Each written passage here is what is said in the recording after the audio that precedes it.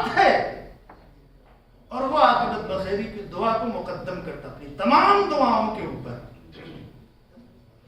جب ان کا یہ عالم ہے، ہم اور آپ کیا ہیں؟ اور خاص کر غیبت کے زمانے کے لوگوں کے لیے تاکید کی گئی ہے کہ یہ زمانہ غیبت کا زمانہ بڑا مشکل زمانہ ہے. یہاں پر ایمان کو اپنے سنبھال کر رکھنا بہت مشکل کام ہے. غیبت کے زمانے میں اپنے ایمان کو سنبھالنا، اپنے ایمان کو محفوظ رکھنا، سب سے پہلی منزل تو ایمان لانا، اور اس کے بعد اس ایمان کو سنبھال کر رکھنا، محفوظ رکھنا، بچانا کا یہ غیبت کے زمانے میں بڑی مشکل چیز ہے. لہذا امام حسن عسکری علیہ السلام سے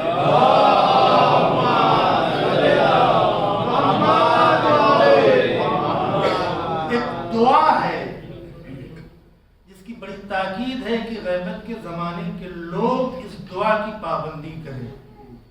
وہ دعا کون سی ہے؟ آپ سب پڑھتے ہوں گے انشاءاللہ. دعائے غریب. یا اللہ یا رحمان یا رحیم یا مقلب القلوب والابصار یا مقلب القلوب فثبت قلبی علی دینک. ثبت قلبی علی دینک. کیا کہا؟ ثبت قلبی علی دینک. اپنے دین کے اوپر میرے کا یہ دعا کرو کہ پروردگارا میرے دین کو ثابت کر دے، میرے دین کو ثابت کر دے. بہت اہمیت رکھتا ہے. اور یہی بنیاد ہے اس بات کی کہ زمانے غیبت کے لوگوں کو دیگر زمانے کے لوگوں کے اوپر برتری حاصل. کیوں؟ اس لیے کہ غیبت کے زمانے کے لوگوں کو ان کا ایمان سخت ہے، اس کے بعد اس ایمان کو بچانا سخت ہوگا.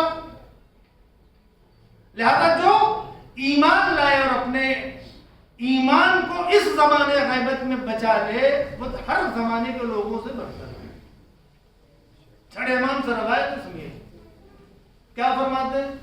یا ابا خالد ان اہل زمان غیبتہ والقائلین بامامتہ والمنتظرین لظہورہ افضل من اہل کل زمان. اے ابو خالد دیکھو، آخری حجت کے زمانے کے لوگ اور ان کی امامت کے قائل لوگ اور ان کے ظہور کے منتظر لوگ ہر زمانے کے لوگوں سے افضل اور برتر. اب اپنی اہمیت کو سمجھیے. ہر زمانے مطلق کہا ہے، ہر زمانے کے لوگوں سے افضل و برتر، یعنی پیغمبر کے صلوات بھیجنا محمد علیہ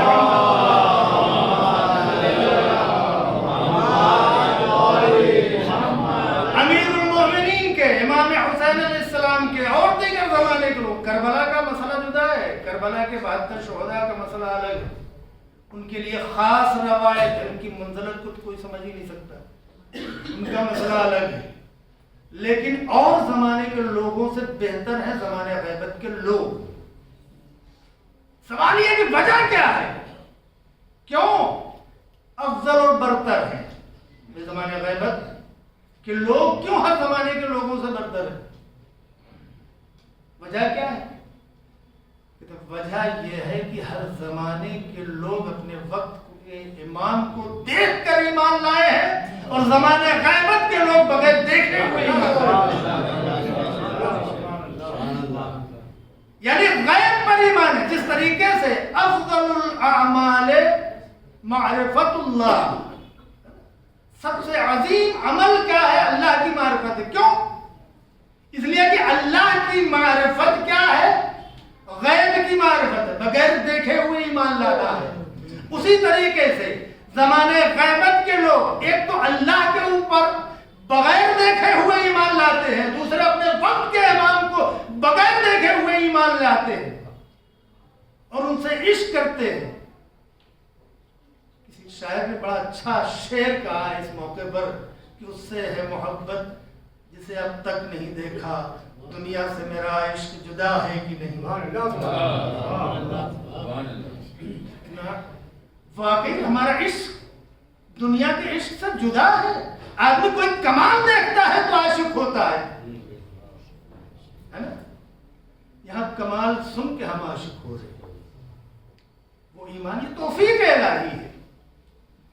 لہذا کیا کرنا ہے؟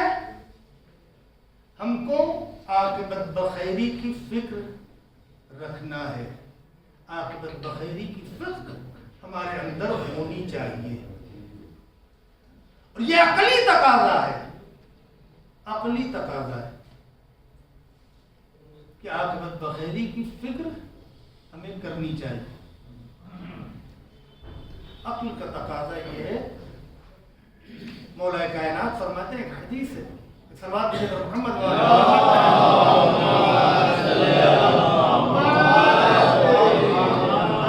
آپ فرماتے ہیں عاقل الناس انذرهم بالعواقب، سب سے زیادہ عقل مند انسان وہ ہے جو سب سے زیادہ اپنے عاقبت کی فکر کرتا ہے۔ ظاہر سی بات ہے، اگر ہم کو اپنی عاقبت کی فکر نہ ہوگی تو ہم کاہے کے لیے نیکیاں انجام دے رہے ہیں؟ نیکیاں انجام دینی ہے، اور اگر دیے ہیں تو اس کو بچا کے بھی تو رکھنا ہے۔ اعقل الناس انظرهم بالعواقب، سب سے بڑا عقل مند انسان ہے جو اپنی عاقبت بخیری پر غور کرتا ہے، اس کی فکر رکھتا ہے، اس کی فکر میں ہوتا ہے۔ عاقبت بخیری کی فکر میں کرنا چاہیے۔ اس کے لیے کیا کرنا ہوگا؟ مولا کائنات دوسرے مقام پر فرماتے ہیں، صلوات بھیجو محمد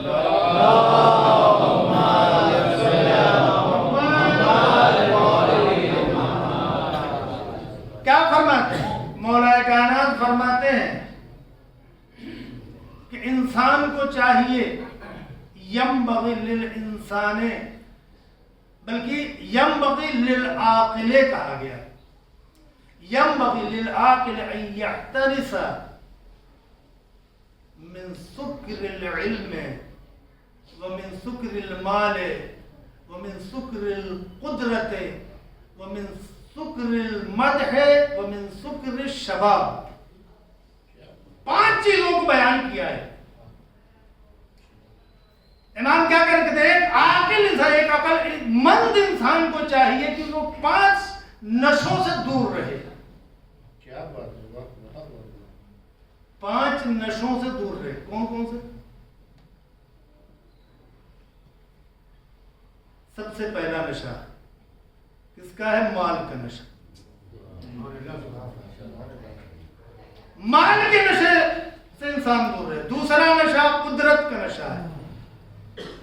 تیسرا نشہ علم کا نشہ ہے۔ چوتھا نشہ کس کا ہے؟ کہتے ہیں تعریفوں کا، اپنی تعریفوں کا نشہ۔ نشہ بہت ہوتا لوگ، یہ زیادہ ہے۔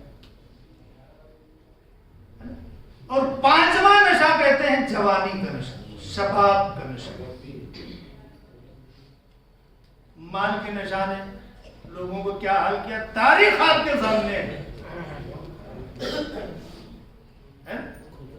جناب موسیٰ کے زمانے میں قارون اتنے بڑے خزانے کا مالک تھا، کہتے ہیں اونٹوں کے اوپر اس کی خزانے کی کنجیاں لا دی جاتی تھی، اتنا خزانہ تھا۔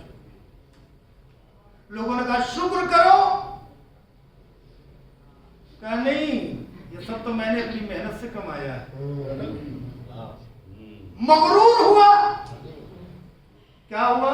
اپنے خزانے کے ساتھ پروردگار نے اس کو غرق کر دیا، دھس گیا زمین کے اندر، سب کچھ ختم ہو گیا۔ نمرود کو دیکھے، اپنی دولت پر اتنا مغرور ہوا کہ خدا کے مقابلے میں جنت بنوا، جنت بنوائی پروردگار، پہلا ہی قدم اٹھایا تھا جنت میں داخل ہونے کے لیے، وہیں پر روح قبض ہو گئی، اپنی جنت دیکھ بھی نہیں سکا۔ یہ ہے کس کا نشہ؟ مال کا نشہ۔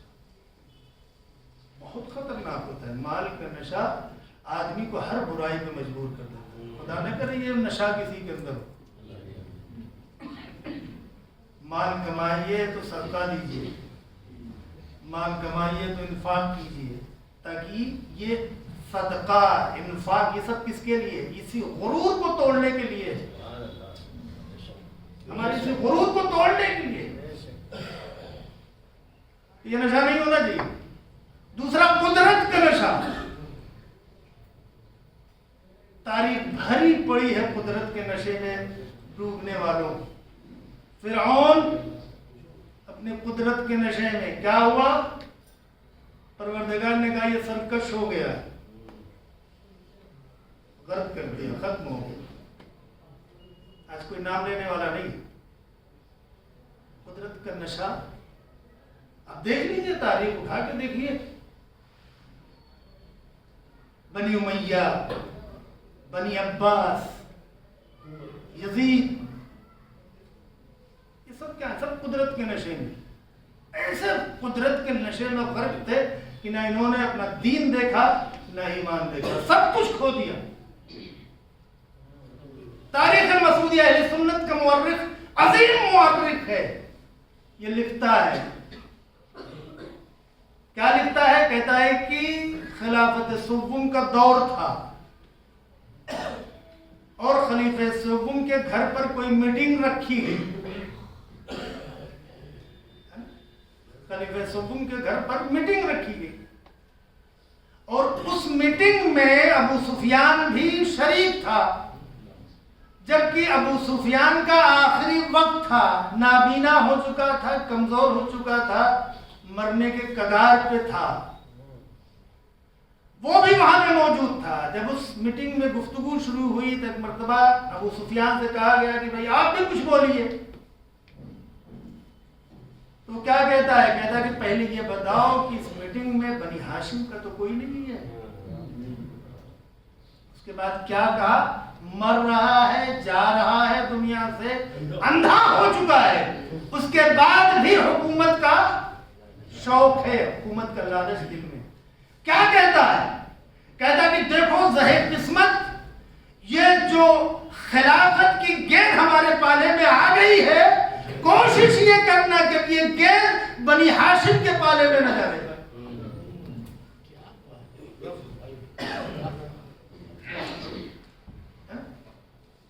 یہ ہے قدرت کا نشہ. یزید کو دیکھیے, قدرت کے نشے میں ایسا غرق تھا. کہتا لعبت ہاشم بالملک فلا خبر جاء ولا وحی نزل. بنی ہاشم نے یہ دین کیا ہے؟ بنی ہاشم نے ملک کے ساتھ ایک کھلونا کیا ہے. نہ کوئی قرآن نازل ہوا ہے, نہ کوئی خبر آئی ہے. یہ ہوتا ہے قدرت کا نشہ. بنی عباس کے دور میں دیکھیں, مامون جیسا شخص اپنے بھائی کو قتل کرتا ہے اور قتل کرنے کے بعد اس کی گردن کو دروازے پر لٹکا دیتا ہے اور کہتا ہے کہ جو بھی اس پر لعنت کرے گا اس کو انعام سے نوازا جائے. یہ اعلان کر دیا اس نے. بدنصیبی سے ایک شخص آیا, وہ نہیں جانتا تھا یہ کون ہے. اس نے لوگوں سے پوچھا کہ بھئی یہ سر کیوں لٹکایا گیا ہے؟ کہا وہ خلیفہ کی طرف سے اعلان ہے کہ جو اس پر لعنت کرے گا اس کو انعام سے نوازا جائے گا. کہا میں بھی لعنت کرنا چاہتا ہوں. کہا چلو. لے کر آیا خلیفہ کے پاس. ایک مرتبہ اس نے لعنت کرنا شروع کیا. کہا اس صاحب سر پر لعنت ہو, اس کے باپ پر لعنت ہو, اس کے اجداد پہ لعنت ہو, اس کے بھائی پہ لعنت ہو, اس کے بیٹوں پہ لعنت ہو, بہنوں پہ لعنت کرنے تو اس نے خلیفہ نے کہا خاموش ہو جا, کیا بنتا ہے تو. اس کے بعد شرمندہ ہوا. شرمندہ ہونے کے بعد اس نے کہا کہ صاحب یہ سب اٹھا لیا, اتار لیا. تو ان کا نشہ ایسا ہوتا ہے. سلام بھیجو محمد والے.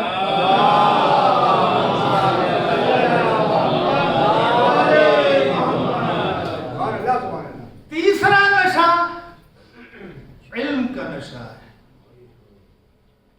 یہ بھی نشہ بہت خطرناک.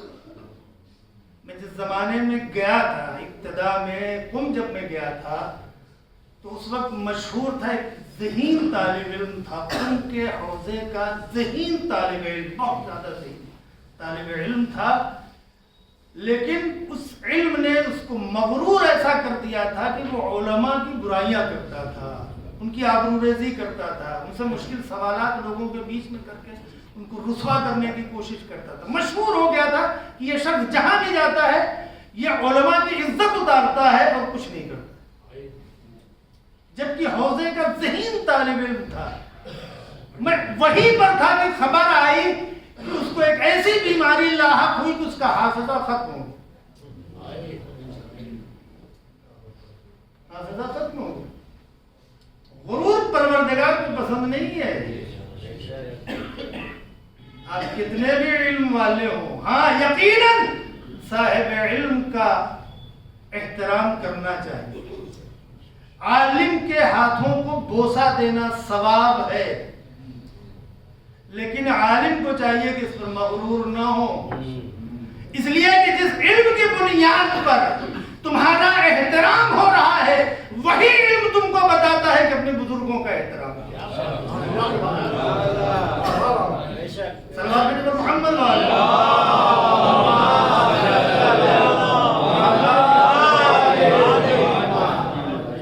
تو یہ غرور انسان کو ڈبا دیتا ہے۔ عاقبت بخیری کی فکر کرو، یہ نشہ نہیں ہونا چاہیے۔ مولا کائنات کہتے ہیں عقل کا تقاضا یہ ہے کہ اس نشے سے دور رہو، عقل کا تقاضا یہ ہے کہ اس نشے سے دور رہو۔ اس کے بعد کون سا نشہ تھا؟ تعریف کا نشہ۔ اچھا، تعریف تو ہر کسی کو اپنی اچھی لگتی، کون ہے جو یہ کہہ دے کہ مجھے اپنی تعریف اچھی نہیں لگتی؟ تعریف کسی کی بھی کی جائے ہر آدمی پسند کرتا ہے، تعریف کوئی ایسا نہیں ہے جو کہہ دے کہ مجھے اپنی تعریف، وہ صرف معصومین کا مرتبہ اور مقام ہے کہ جن کے اوپر تعریف اثر انداز نہیں ہوتی۔ معصومین تو مولا کائنات کے لیے نہج البلاغہ میں ہے کہ مدح ہمارے اوپر، ہماری تعریفیں کرو، ہمارے اوپر اثر انداز نہیں ہے، لیکن ہوتی بہت خطرناک۔ اپنی تعریف کا شوق اگر کسی میں آ جائے، نشہ اگر کسی کو تعریف سننے کا ہو جائے تو بہت خطرناک ہو۔ امام خمینی نے جب انقلاب کیا اور ایران تشریف لائے، کیونکہ آپ کو کیا کہتے ہیں پیرس میں رکھا گیا تھا، پھر وہاں سے آپ آئے تھے۔ جب آپ یہاں پر آئے تو کوئی پروگرام ہوا، کسی پروگرام میں آیت اللہ مشکینی جو امام خمینی کے شاگرد بھی تھے، تو اس میں جس کو کہا جائے نظامت کر رہے تھے یا اس پروگرام کو ڈیل کر رہے تھے وہ، تو اس میں انہوں نے کھڑے ہو کے امام خمینی، اور ظاہر سے بات یہ شاگرد ہیں، شاگرد اپنے استاد کی تعریف تو کرے گئے، تعریف کرنا شروع کیا، تعریف کے پل باتیں کیسی تعریف کیا کیا۔ ایک مرتبہ امام خمینی نے کہا رک جاؤ، بس کرو، مجھے ڈر لگ رہا ہے، مجھے ڈر لگ رہا ہے کہ کہیں مجھے ان باتوں پہ یقین نہ آ جائے، مجھے ڈر لگ رہا ہے کہ کہیں ان باتوں پہ مجھے یقین نہ آ جائے۔ اتنی خطرناک چیز ہے اتنی تعریف کی،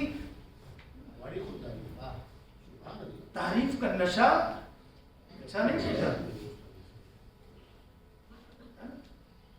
اگر ہاں تعریف سننا چاہیے، اس میں کوئی شک نہیں، خوش ہونا چاہیے تعریف پر، لیکن اس منزل پر نہ پہنچ جائے کہ اپنی تعریف کا ایسا نشہ ہو جائے کہ جب دوسروں کی تعریف سنے تو حسد ہونے لگے۔ ایسا نہیں ہونا چاہیے، دوسروں کی تعریف سن کر حسد نہیں آنا چاہیے، بغض دل میں نہیں پیدا ہونا چاہیے، ولا خطرناک ہو جائے، پھر عاقبت بخیری سے دور ہو جائے، پھر کچھ نہیں کیا جا سکتا۔ اور پانچویں چیز کیا ہے؟ جوانی کا نشہ، یہ بھی بہت خطرناک ہے۔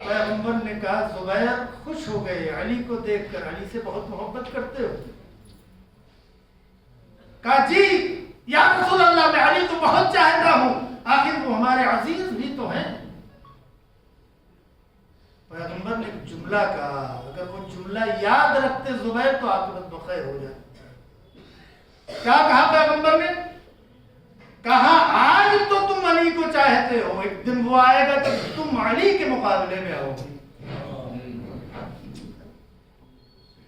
زبیر علی کے مقابلے میں آئے۔ جناب سلمان فارسی کہتے ہیں کہ زبیر اہل بیت کے لیے ہم سب سے زیادہ شدید اور محکم تھے، ان کی حمایت میں، ان کے دفاع اہل بیت میں سب سے زیادہ محکم تھے زبیر۔ کون کہہ رہا ہے؟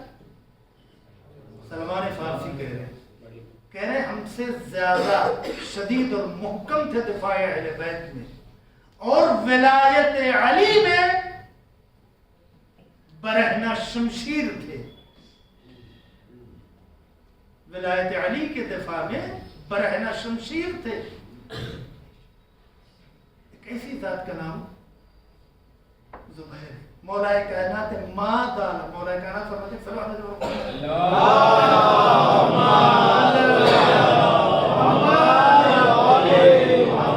مولا کائنات فرماتے کہ ما دالت زبیر منا اہل البیت، ہمیشہ زبیر ہم اہل بیت میں سے تھے۔ ما زالت زبیر منا اہل البیت حتی نشأ ابنہ عبداللہ، یہاں تک کہ اس کا منحوس بیٹا عبداللہ یہ جوان ہو گیا، بڑا ہو گیا، وہیں سے گمراہی ہے۔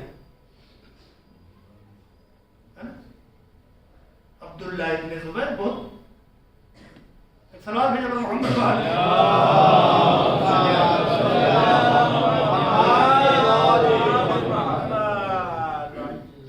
مولا کائنات کہہ رہے ہیں کہ ہم اہل بیت میں سے تھا، لیکن کیا عاقبت بخیری کیسی ہوتی ہے، ہر کسی کو نصیب نہیں ہوتی۔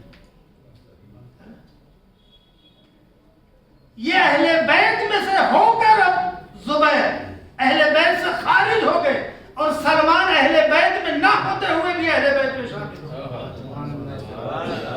دیکھیں کہ جب اس کا بیٹا جوان ہوا، مولا کائنات کہتے ہیں جب وہ بڑا ہوا تو زبیر کیا ہوئے؟ منحرف ہو گئے۔ کہتے ہیں کہ قتل عثمان کے بعد تک زبیر ایمان پر تھے۔ مولا کائنات نے جب خلافت کی باغ ڈور ظاہری طور پر جب سنبھالی، تو خلیفہ تو مولا کائنات ہی، ظاہری طور پر جب آپ نے خلافت کی باغ ڈور سنبھالی تو ایک مرتبہ زبیر آتے ہیں مولا کائنات کے پاس اور کہتے ہیں کہ میرا وظیفہ کچھ بڑھا کے ہمیں دیجیے۔ مولا کائنات نے کہا علی سے تم یہ کام نہیں کروا سکتے، کہا ہم آپ کے رشتہ دار ہیں، ہم آپ کے عزیز ہوتے، ہمیں کوئی مقام اور عہدہ دیجیے۔ مولا کائنات نے کہا عزیزداری سے، رشتہ داری سے مقام اور عہدہ نہیں ملتا، نہیں دیا۔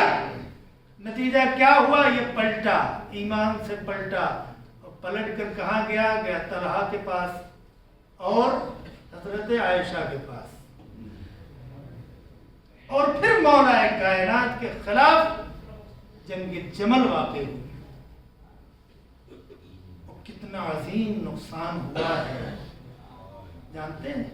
اس جنگ میں کتنا عظیم نقصان ہوا ہے۔ 18,000 لوگ مارے گئے ایک دن جنگ جمل میں، 18,000 لوگ، جس میں 13,000 لوگ عائشہ کے لشکر سے اور 5,000 لوگ مولا علی کے لشکر سے شہید۔ 18,000 جانے گئی ہیں۔ اگر یہ نہ جاتا تو شاید اتنی عظیم جنگ واقع نہ ہوتی۔ اس کے بعد مولا کائنات نے جنگ جمل کے دوران ہی اس کو بلایا، اور بلانے کے بعد اس سے کہا، کیا کہا؟ کہا تم کو یاد ہے پیغمبر نے تمہارے سلسلے میں کیا کہا تھا؟ کہا مجھے یاد آ گیا، نہیں مجھے یاد آ گیا، میں شرمندہ ہوں۔ اس کے بعد ترک جمل کر کے چلا جاتا ہے، دور چلا جاتا ہے، جنگ نہیں کرتا ہے۔ لیکن خطا کی تھی تو ضروری تھا کہ اس خطا پر نادم ہو کر مولا کے قدموں پر گر پڑتا۔ اگر اس خطا پر نادم ہو کر مولا کے قدموں پر گر پڑتا تو حر کی طریقے سے آج زبیر کو بھی آزاد کر دیا جاتا۔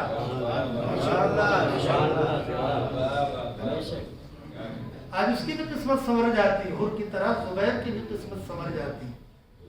خطا کرنا آسان ہے، لیکن سلیقہ عذر خطا بہت ضروری ہے۔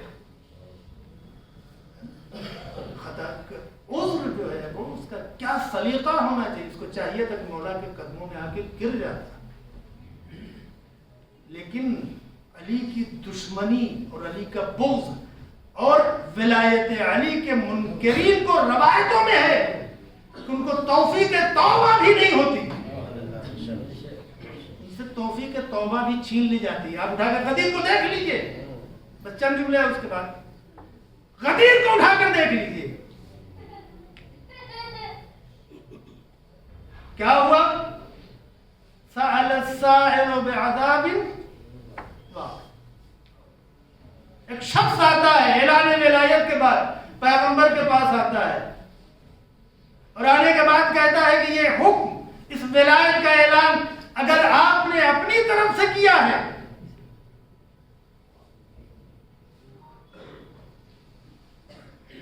یا خدا کی طرف سے اعلان ولایت کیا ہے، اگر آپ نے خدا کی طرف سے یہ اعلان ولایت کیا ہے، میں دعا کرتا ہوں کہ پروردگار ایک پتھر نازل کرو، ہم کو ہلاک کر دے۔ اور ادھر یہ بددعا کیا اس نے، یہ دعا کیا اس نے کہ آسمان سے ایک پتھر آیا تو وہیں پہ ڈھیر ہو۔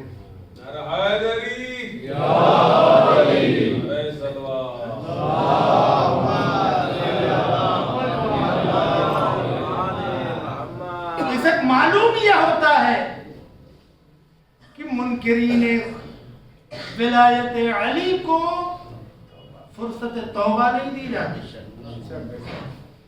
بہت سے جو بدبخت گئے اور عاقبت بخیر نہ ہو سکے، اس کی وجہ بغض علی تھا۔ بغض علی رکھنے والوں کا اگر حقیقی کوئی بغض علی رکھتا ہے تو اس کو توفیق توبہ بھی میسر نہیں ہونے والی۔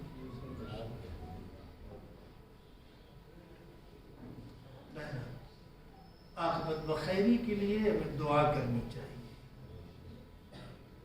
عزیزان محترم، آج کا دن مادر گرامی مولا عباس جناب ام المؤمنین کی وفات کا دن تھا۔ بڑی باعظمت بیوی تھی جناب ام المؤمنین، بہت ہی باعظمت بیوی تھی۔ غیر معصوموں میں، خاندان اہل بیت میں اتنی عظیم بیوی کی مثال نہیں ملی۔ آپ دیکھیے کیا معرفت ہے، آپ کی عظمتوں کا اندازہ لگائیے۔ چوتھے امام فرماتے ہیں رحم اللہ ام البنین لقد کانت لنا یا لقد کانت لولایتنا، دونوں روایت ہے، وفیہ۔ کیا فرماتے ہیں کہ اللہ رحم کرے، رحمت اپنی نازل کرے ام المؤمنین کے اوپر کہ وہ ہم اہل بیت کے لیے وفادار تھی، یا ہم اہل بیت کی ولایت کی راہ میں وفادار تھی۔ ایک معصوم دعا کر رہا ہے ام المؤمنین کے لیے، کتنی پاک بیوی تھی۔ کل کی گفتگو کل کی مجلس میں نے گفتگو کیا تھا آپ کی معرفت کے سلسلے میں، کہ آپ کی معرفت کیسی تھی. لیکن آج ہمیں وہ گفتگو نہیں کرنا ہے. آج ہم چاہتے ہیں کہ آج کی مجلس، چونکہ آج ان کی وفات کا دن تھا، آپ کے کچھ مسائل پڑھیں. آپ کی وفاداری کو کیا کوئی سمجھے گا جس کا بیٹا عباس جیسا باوفا ہو؟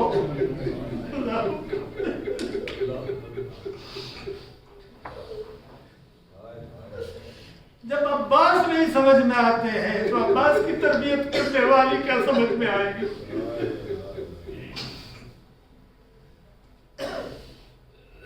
کہتے ہیں، بس مختصر، بہت زیادہ مسائل نہیں پڑھنا ہے.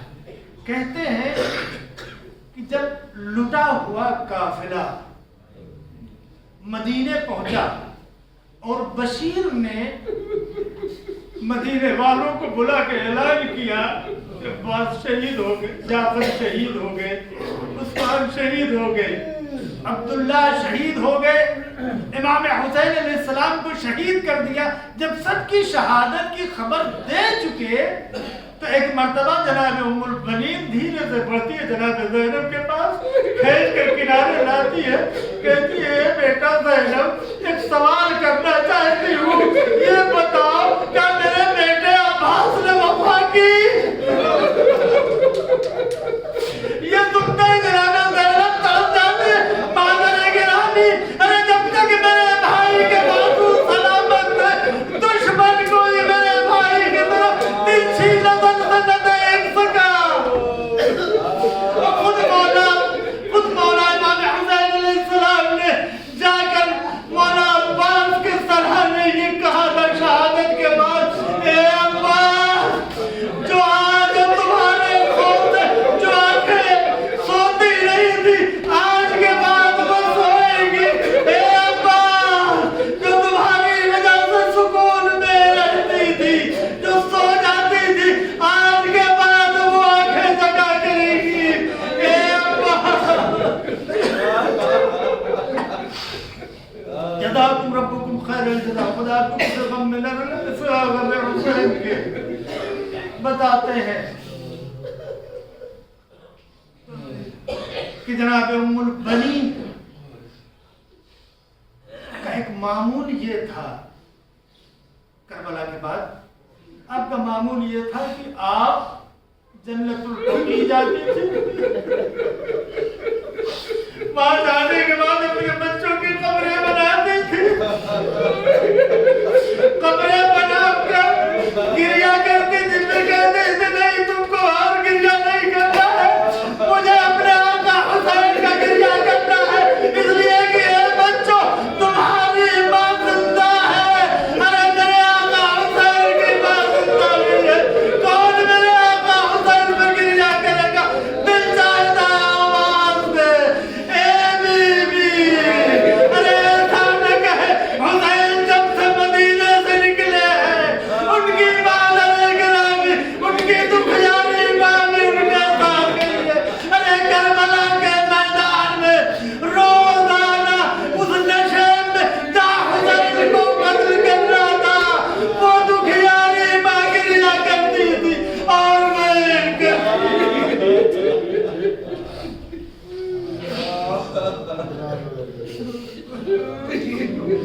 سيعلم الذين ظلموا وإياهم قال انقلبوا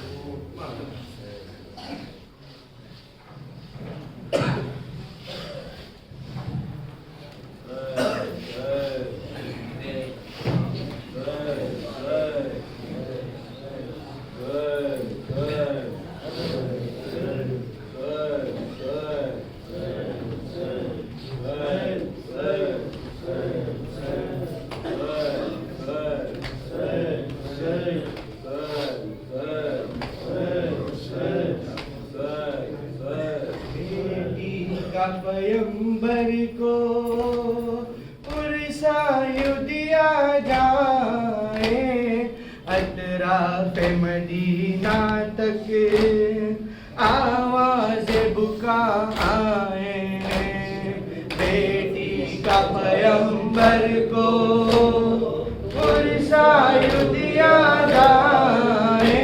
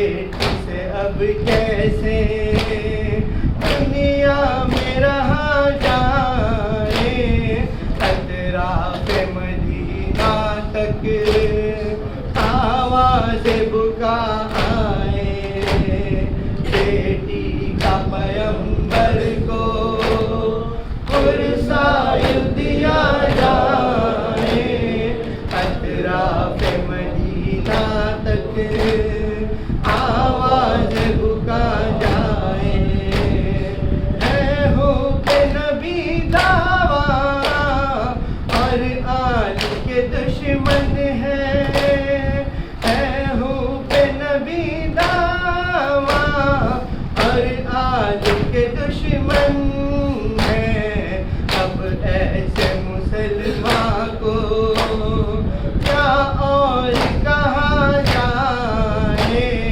اطراف مدینہ تک آواز بکا آئے، بیٹی کا پیمبر کو پرسائے دیا جائے، اطراف مدینہ تک آواز بکا جائے، حیدر کو وصیت تھی یہ فاطمہ زہرا کی، حیدر کو وصیت تھی یہ فاطمہ زہرا کی، حاسب کو جنازے پر آنے نہ دیا جائے، اطراف مدینہ تک آواز بکا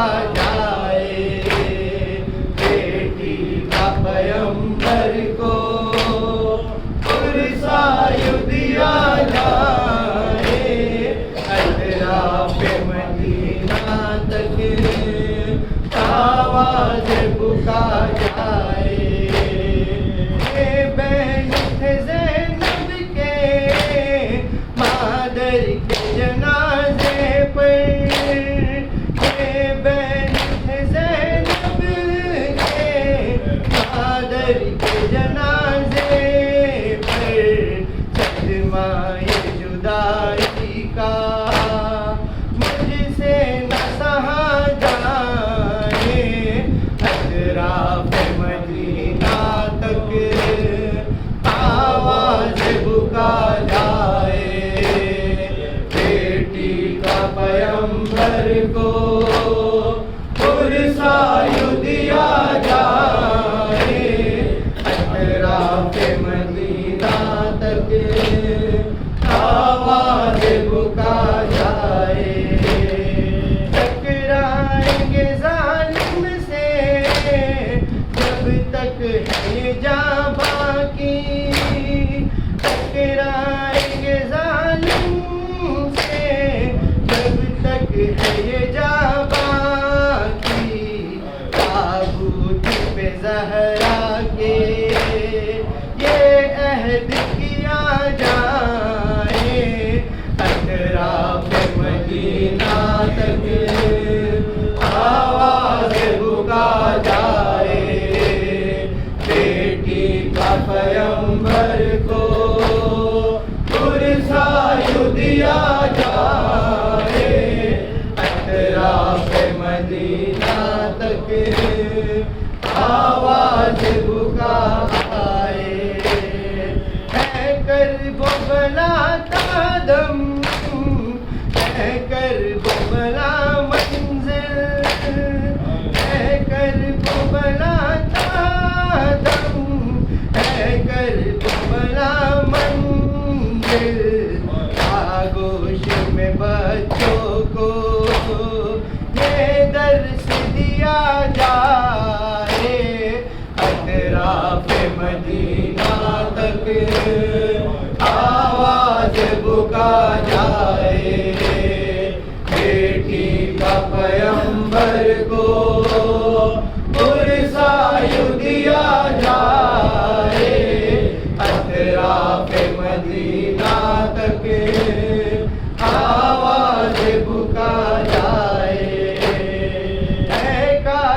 ظفر میری پوری یہ تمنا ہو، اے کاش ظفر میری پوری یہ تمنا ہو، دوہائے پیمبر کے روزے میں پڑھا جائے، اطراف مدینہ تک